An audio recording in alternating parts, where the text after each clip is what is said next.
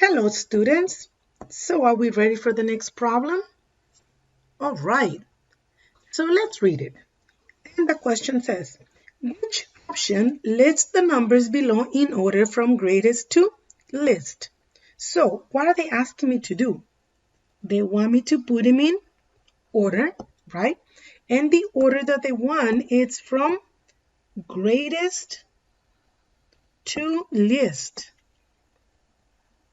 So let's see if we remember some of the keywords that we've used before. So greatest could be big, right? Least, think about the words that we used before. It could say something like what? Low, very good. But it could also relate to the word left. So I'm going to stay with the word left, and I'll tell you in a minute why. So give me the opposite of left. What is the opposite of left? Yes, it's the word right. What is the opposite of low? Yes, high, right? So we're going to use the word left and right. And the reason for that is because remember that we've been working with number lines, right? So it's very important that I'm looking at how am I finding my numbers. So I got quite a few numbers below.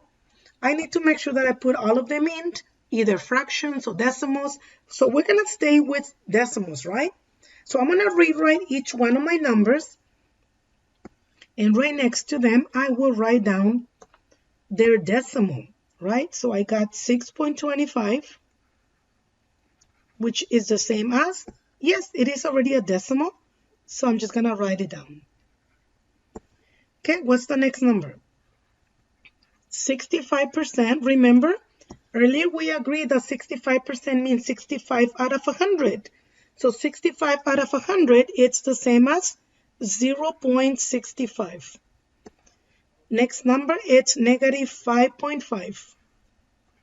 It's already a decimal, but it's negative, right? So I'm just going to make sure that you write down your negative sign. Next, you notice how there's an empty space for that, so we'll fill it in with a 0. Next number is 13 over 2. Remember that this means 13 divided by 2. So what's my equivalent of 13 over 2?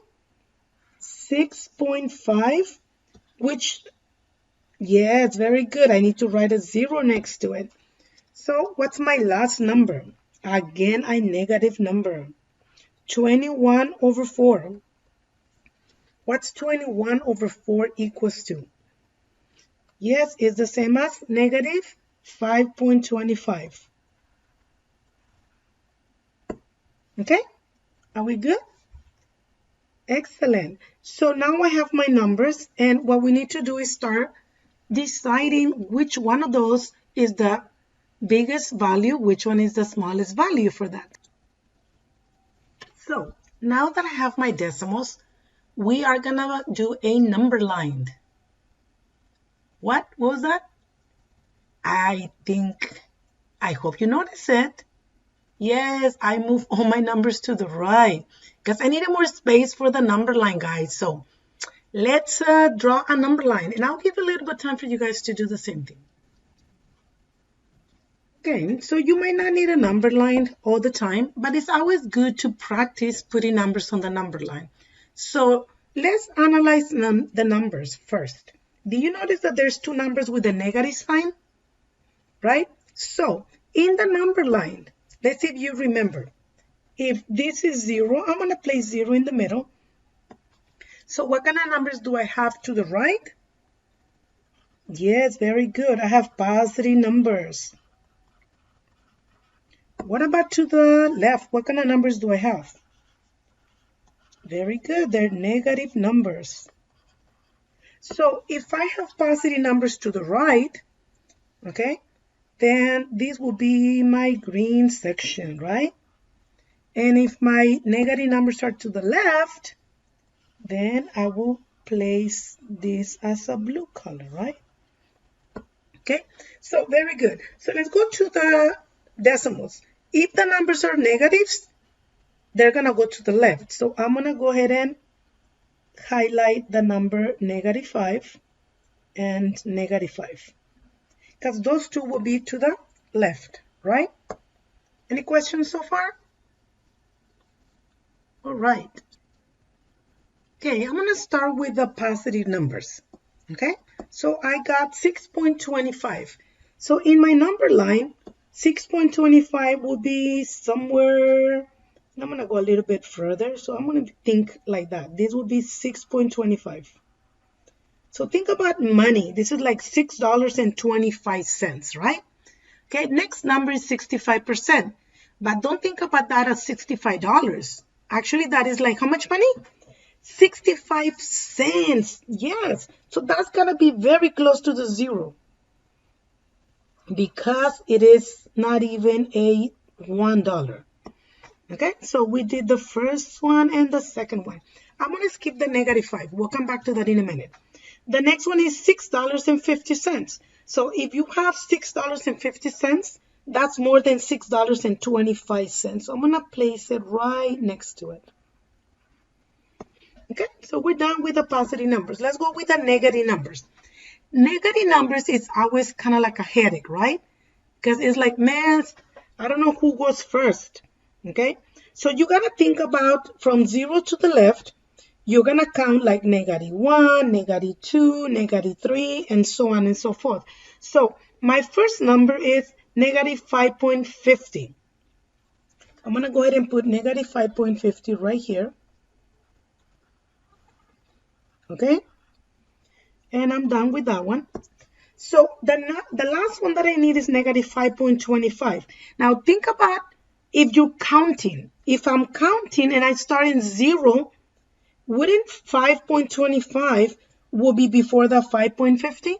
I'm not saying negatives, right? Just to help you not get confused. Think about just counting. So this will be my -5.25. Okay, so what we're gonna do next is we're gonna write down what numbers do they belong in there. Okay, so 6.25 is still 6.25. 0.65, it's my 65%, which is way to the left, so this will be 65%. -5.50, I have it right there. That's a -5.5. Notice how I'm following the order of my numbers up here, right? So it's like a double check. Then the next one is 6.50, which is way to the right, and that is actually my 13/2. And the last one was my -5.25, which is -21/4. So now I see my numbers, and I'm supposed to follow my numbers from what? From right to left. Is that right? Right to left. Okay, so says my question says greatest to least. So we agree that I need to start at the right. Is that correct? So I'm going to have to start with this number that is here because I want to go from right to left. So look at the answer choices and see who has a 13/2. Most of them, right? But then after that, I want you to continue to the next one. So let me put an arrow. So this is the way that I'm going to be finding my numbers. From right to left. From right to left, right? So I'm continuing. So what's the smallest number here? The smallest number here would be the -5.5. Okay? So with that in mind, let's check on the answer choices. So my answer choice for this will be letter B. You're right. I hope the number line helps you to answer the question.